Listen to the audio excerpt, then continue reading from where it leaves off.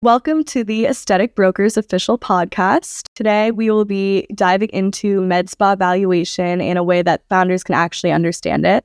I'll be interviewing Aesthetic Brokers CEO and founder Bill Walker. Thank you for being here today. Thanks for having me on, Megan.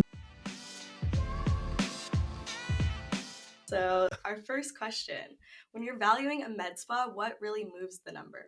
Okay, so that's a great question. The assumption is that an owner is looking to do a valuation because they really want to understand what the company is worth.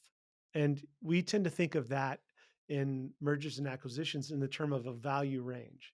And so when you're doing a valuation, I think the first thing to think about of what moves the number is really like what is driving your bottom line profitability. And I think that's very intuitive for some people. But maybe something to understand that's perhaps more important is everything that the company is valued off of really is formed on the concrete foundation of what's the net income profitability of the practice or the group. And when you know that, now you can put a multiple on that number of value and start to add turns and quarter turns and half turns of value, of multiples of value on that base formation. Because when people buy a business, they want to buy that cash flow. And so they're willing to pay X number of years down the road right now to buy a very profitable business. So, if a founder's listening right now, what is one thing they could do this month to tighten up their and clean up their valuation? So one thing that if I were a founder of a med spa group that I would be looking at immediately, if it's not already on my radar, capacity. I'm always thinking in terms of not just like what we're doing as a med spa in terms of the productivity of the practice now, but I'm always thinking about what are we capable of? And so the way that I measure that is I look at benchmarks that are very, very distinct and defined for each of the service lines that a practice might have. And then I multiply that out based off of the capacity of A, the number of providers that they have. If you don't have providers, then you can't do more injections. If you don't have providers as estheticians, you can't do more laser therapy, right?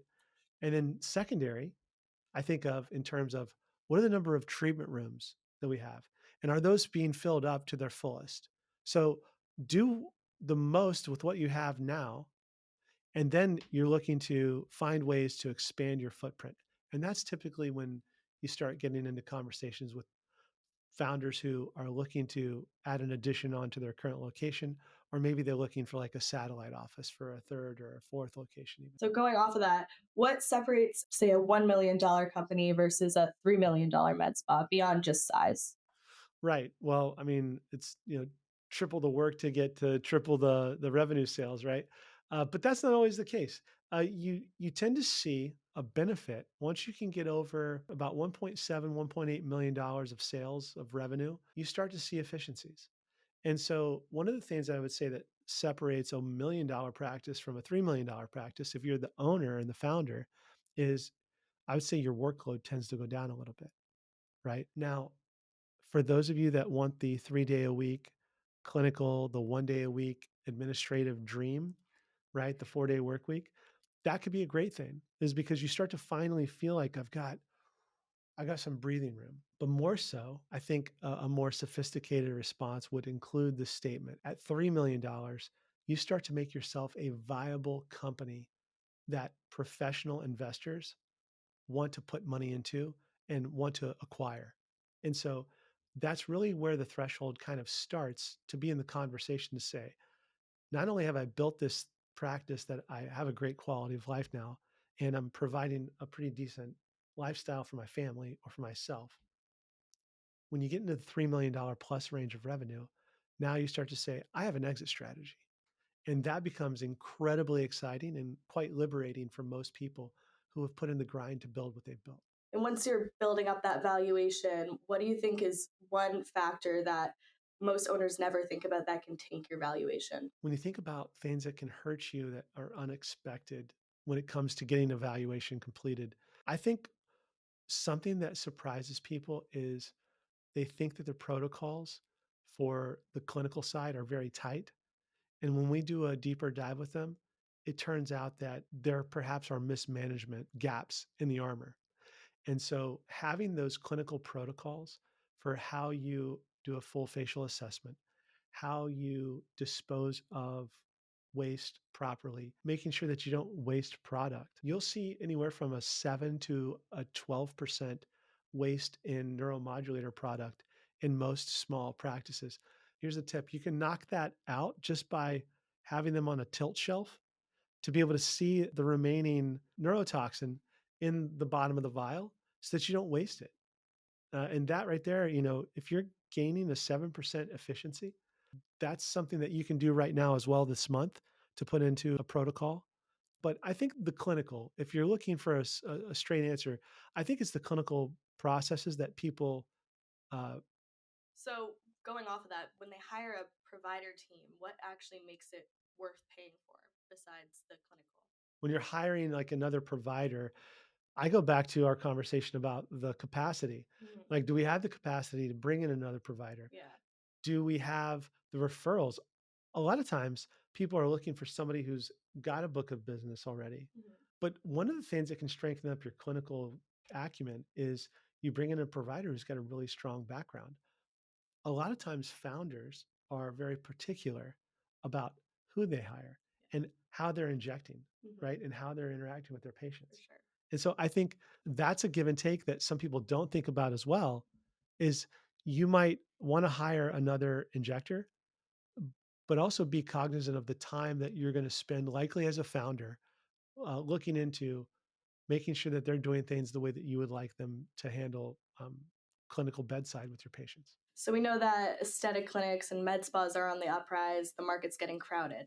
How would you think the saturation would affect the value of a business? If you're a strong practice, your valuation is going to be even stronger if you're a sustained performer in your geographic region. So, what I mean by that, if you are a chop shop that opens up for 12 months and you're highly discounting your filler, your neuromodulator, your laser therapy treatments, you're not going to last. So you might get a flood of business. You may not be that profitable and you're not going to last. The staying power to be in business for 2, 3, 4, 5, 6, 8 years, that adds tremendous value. And what I would expect that's going to happen in the market is if you look at where we were, just say even in like 2023, there were about 8,000 med spas. 2024, about 9,000, 25, 10,000. You can see where the trend's going. Yeah. We're going to see some of those med spas drop off the face of the earth because the injectors that had a small book of business that thought, I want to do this on my own, didn't take into account what the founder owners who have been in business for several years realized. Exactly. And that is, it's really hard to run a business, right? And so, unless you've got processes and procedures and systems in place, I think those people are going to migrate back into what I think would be like the collective environment that's very attractive to being a part of a med spa where you don't have to think about that. You just have to enjoy coming into work to see your patients that love seeing you. Wrapping up, if you had to give 3 actions to help build their business up with the market saturation and also raise their valuation without tanking it, what would they be? Well, first, if you're starting out as a practice, remember you get one chance to negotiate your lease for the first 5 years. So when you're starting out, some of that will bite you down the road because it's something that you can't really change. So think about that to start.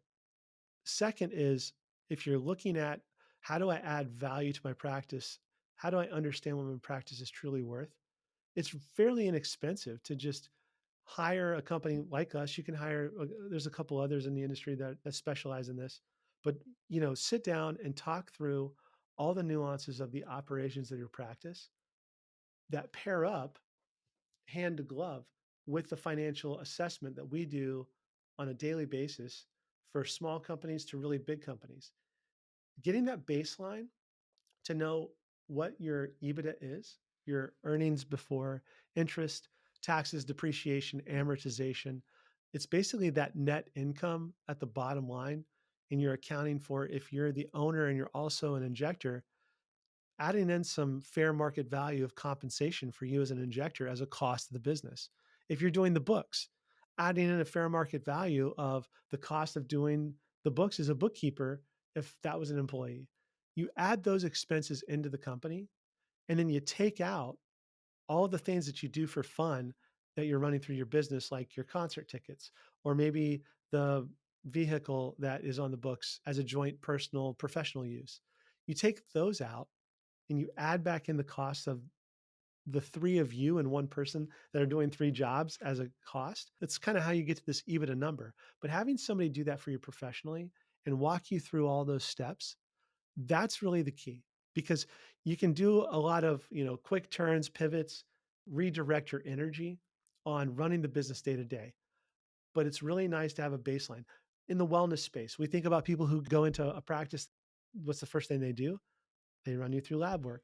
You do blood work, right? And so as I monitor optimization in myself annually, when I go in and get an annual blood sample, right? I do a fasting blood sample because I want to know where all of my diagnostics are at. And I think that's a great way to look at it, is like, do evaluation, even if you're not ready to think about selling your practice. You do evaluation because you want to know the value of your company and get a checkup. It's like getting a health checkup. All right. So, this is exactly why valuation is so crucial to the future success of a business.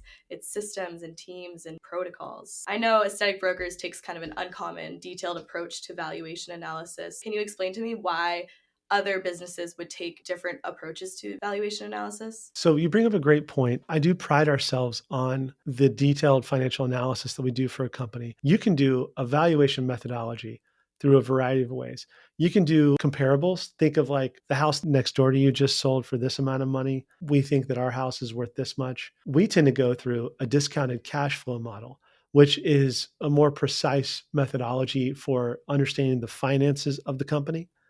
And and I do that for our clients because that's a lot of times how private equity backed firms are going to look at your practice to see what it's worth.